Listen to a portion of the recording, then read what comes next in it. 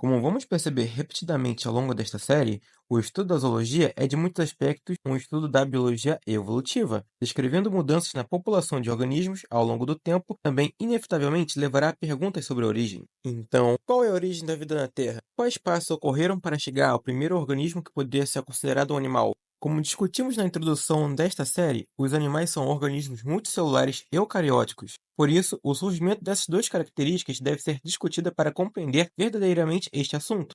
Quando estamos sobre o tópico da origem, podemos voltar até a origem da vida em geral. A maioria das pessoas não está completamente ciente do incrível trabalho que está sendo feito nas pesquisas de origem da vida. E, embora não saibamos, a série precisa de eventos que ocorreram no nível molecular para produzir as primeiras formas de vida, o que fizemos mapeado é bastante surpreendente, com mais informações sendo descobertas a cada ano que se passa. O próprio campo é interdisciplinar e inimaginavelmente complexo, unificando conceitos de astroquímica, geoquímica, química de sistemas, teoria da informação e muitas outras disciplinas, de uma forma que está dramaticamente além do escopo desta série. Mas podemos dizer brevemente e geralmente que as pequenas moléculas abundantes na Terra inicial reagiram para formar biomoléculas simples, que então se polimerizaram para formar biomacromoléculas encapsuladas em membranas lipídicas formadas espontaneamente.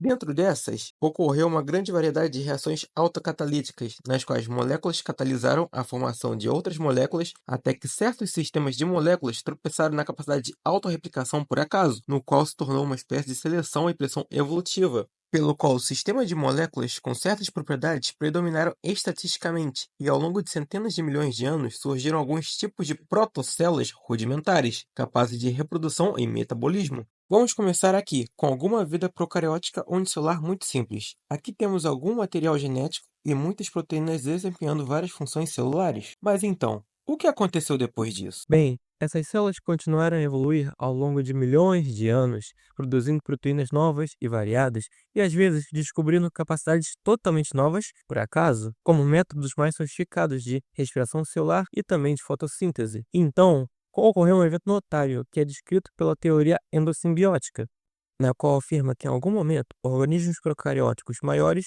tornaram-se capazes de engolfar outros organismos procarióticos sem ingeri-los, e uma dependência mútua surgiu entre o menor, que recebe abrigo, e o maior, que colhe os benefícios dessas novas habilidades possuídas pelo outro organismo. E daí vem o termo endossimbiose, pois endo significa dentro, e simbiose se refere a uma relação cooperativa. À medida que esses sistemas de organismos evoluíram, os menores tornaram-se cada vez mais especializados, até que eventualmente se tornaram componentes fundamentais do organismo maior, como cloroplastos e mitocôndrias. Assim surgiram os organismos eucarióticos, a partir de uma invaginação da membrana celular e várias organelas, além de outras surgindo devido à endossimbiose.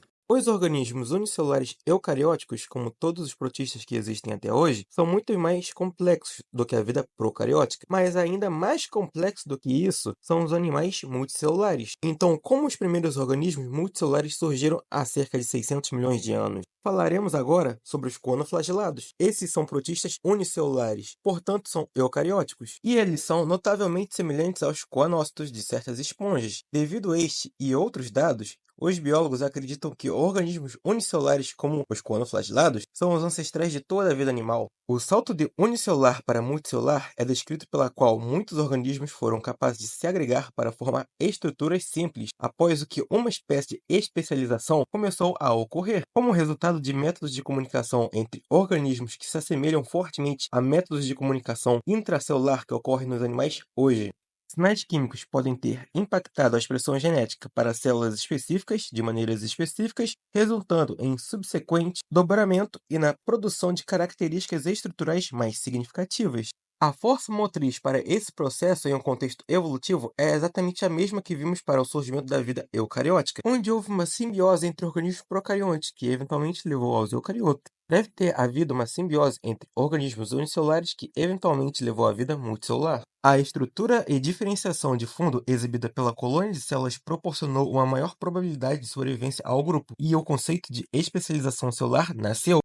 Esses primeiros organismos multicelulares deram origem ao reino animal, e os coanoflagelados são os parentes mais próximos dos animais. Eles não apenas se assemelham aos coanócitos, como mencionamos anteriormente, mas também podem se reproduzir sexualmente e até mesmo usar as mesmas proteínas para a comunicação e adesão celular que as células animais utilizam.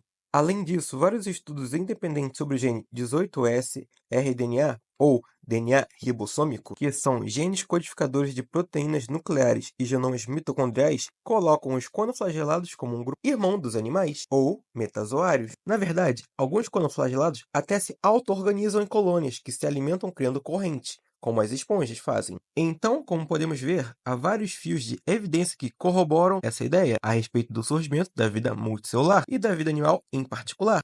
E com isso, discutimos brevemente as transições de biomoléculas simples para células procarióticas, para células eucarióticas, para organismos multicelulares e para o reino animal. Cada uma dessas transições poderia ser expandida em detalhes extremos, mas dado que a zoologia é o estudo dos animais, vamos continuar a partir do surgimento dos animais e começar a aprender sobre o desenvolvimento animal.